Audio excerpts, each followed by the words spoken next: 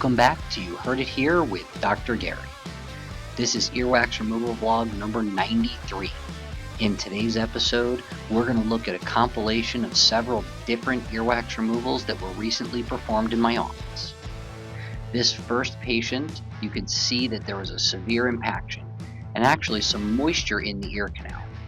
This is before irrigation, and that moisture actually fogged up the camera. We removed that outer layer of dry, dead skin and earwax. Quite a bit came out initially. Now the question is, are we all the way down to the eardrum, or is there more behind it? The answer is clearly that there is a layer of skin, wax, or film along the eardrum that is actually preventing this patient from hearing well, causing a muffled sensation with fullness in the ear.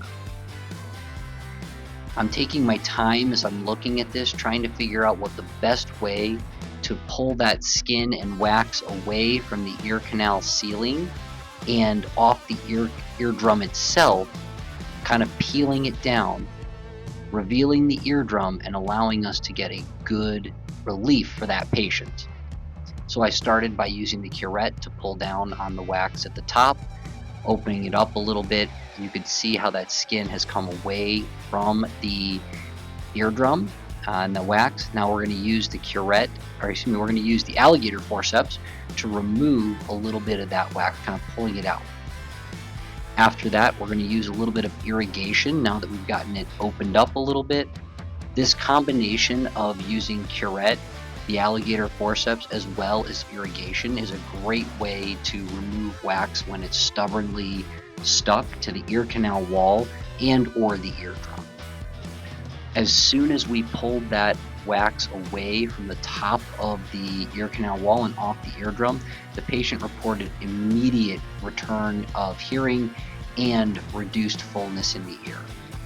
Now you can see after the irrigation, the majority of that has come out. There was still a little bit left, but we did leave that there as the patient was going to return after a few weeks to have us look at it again.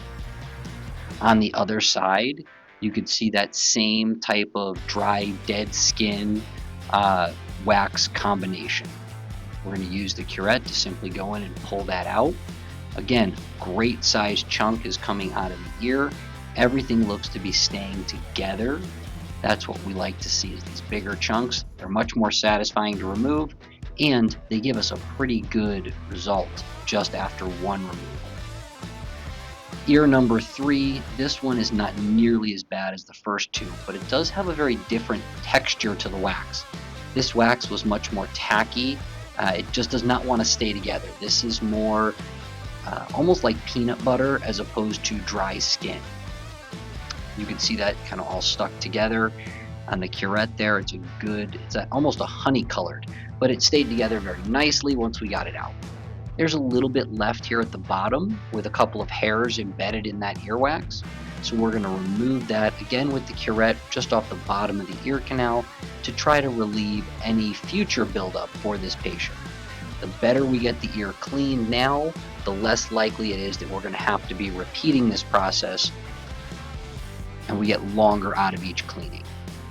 And that's what we've got in the eardrum. Looks great on that side. If you like these wax removal videos, please take a moment to like and subscribe. It really does help with the YouTube algorithm and also gives me good encouragement to continue doing these videos. And our next ear is this patient's other ear, and you can see that it's very similar. There's quite a bit down at the bottom of the ear canal, and this patient's ear canal becomes almost like a V shape at the bottom. That V shape towards the bottom does provide a very convenient place for earwax to get stuck.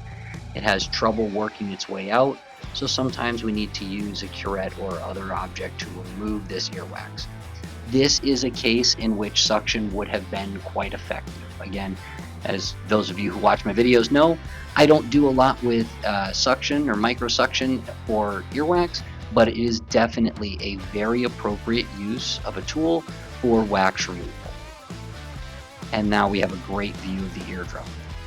This has been You Heard It Here with Dr. Gary. Thank you for watching. I look forward to seeing you in the next video.